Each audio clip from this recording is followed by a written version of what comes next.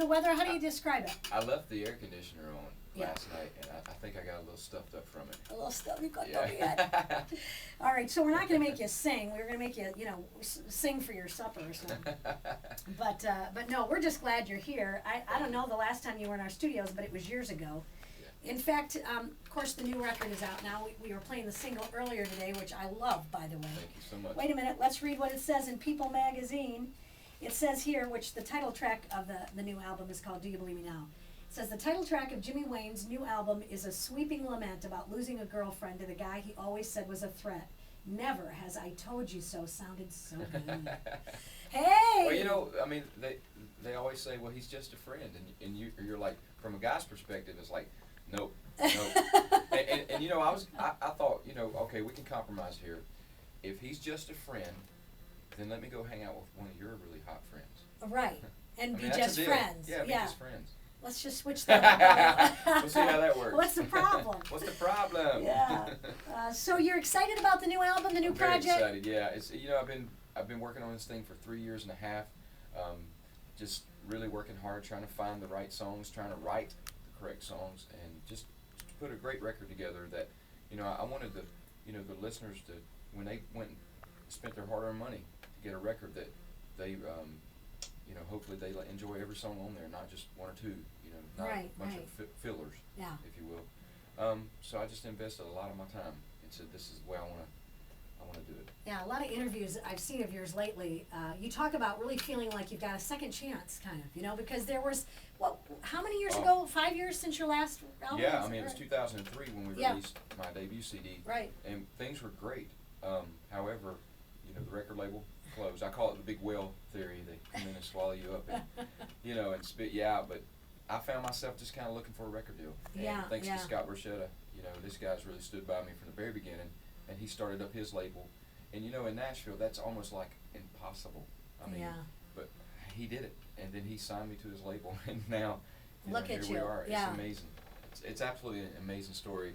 I always say this, some people's, unfortunately, some people's career in the music business don't even last 3.5 years. That's right. And I've been given a second chance, I feel like, to be able to come back from that long wait, to come back with a second chance, a story like this. And are you more grateful the second time around, or? Yes, I am. I didn't burn any bridges on the front half of this thing, but it sure puts things in perspective and makes you appreciate it even that much more. Yeah. To make people know how much you appreciate them. Yeah. Because I didn't do it by myself. It takes you guys and the fans out there and the record label and the whole entire team to make this thing happen. All I did is I worked at finding the songs, and I did my homework, and I presented it to the teacher. Yeah. And they gave me the grade. Well, I love the new single. I just think it's great. I think your voice sounds great. It's just, even the production, everything just sounds fabulous. You know what? In Nashville, there's a minimum of 1,000 songs written per workday. It's the songwriting capital of the world. So finding that song in all those songs, it's incredible. It's just incredibly hard. And I was writing with a couple of friends of mine one day, Joe West and Dave Pahanish, and Joe asked me, he said, man, would you be interested in listening to one of our songs? And you never pass up that opportunity, especially when you're on the bottom of the totem pole. You know what I'm saying? You just don't do it. You're like, I'm going to listen. I'm going to listen. I don't care what it is. Yeah. So that's great, because I've got a song I wrote over here. Bring it. You never know. Had I been a big shot. Yeah, and said, no, I don't have time. I don't have time for you. Yeah. And that happens so much because it's who's hot at the moment. It's whose name's on the biggest songs. That's people under that, on the bottom of the totem pole again. As a songwriter, they don't get that chance to get their songs listened to by artists. And I took the chance and listened to this guy's song, and when he pushed play, I'll never forget it. It was that sound. And it was Joe West. He's the guy behind this thing. He's an amazing, amazing producer. He's from Pittsburgh, Pennsylvania. He come down there. He set up shop, has a family. He's struggling.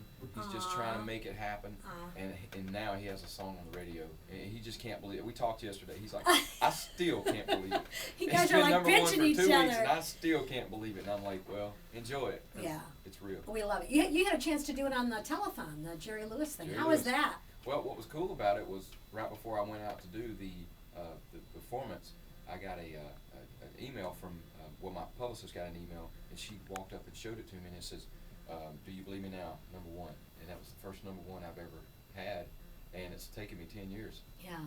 So man, that is. Who was? I think I was talking to Blake Shelton the other day, and he was like, "You never take them for granted because you never know if this is your last, if it's your only, if it's your." You take pictures, that's for sure. You make sure you do everything you can to respect it, because it is very hard. The chances of winning the lottery is better. Yeah. I mean, it's not just one thing. It's so much stuff. It's so much, politics in Nashville. It's so much stuff. Oh, absolutely. Oh, when it I was has to come together. It all has to line up. The moon, the stars. Everything. And when I was at DreamWorks, Toby Keith was on the same label. Let me put it like this. I was on his label. Yeah. He had a song at #1 for 6 weeks, and Stay Gone went to 3, and it stayed at 3 for 3 weeks. And but that's just like I said, it's the politics of it. It's the way it goes. Yeah. So very significant date today. 7 years ago, September 11th, 2001. Where were you? I was documenting everything that was going on in my journal as I was watching television. Really? So you were at home? I was at home, and I woke up, and did somebody call you and say, "Hey, do you know what's going on"? No, I get up early, okay. And my alarm clock was on the radio, and it just come on. It said breaking news, and I turned the television on. And then next thing you know, all these images. Oh, I seen the first tower, and then I was like, man, that's not an accident, because the sky was clear. I'm like, you don't miss that. Right, it was a gorgeous day, Yeah, a beautiful sunny day. Yeah. And all of a sudden, as the anchor was talking, you seen a other plane. Oh, I'm it telling was you right there, man. Crushing. Yeah, that was horrific. I mean, seriously, that Nashville.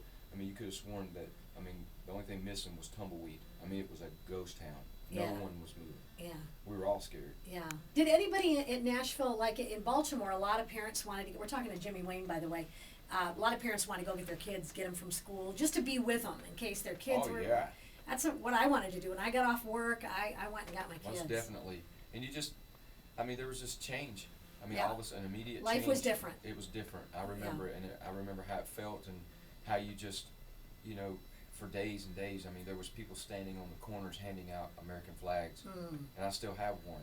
Yeah. One of those flags, and everyone was reading the paper. I mean, it was just a life-changing event. Right. Well, you would drive up the expressway here, and there'd be banners and flags on the overpasses. I'm sure you guys had that. Oh, people were mad too. Oh my gosh. Lord. Yeah. It was just it was just a different.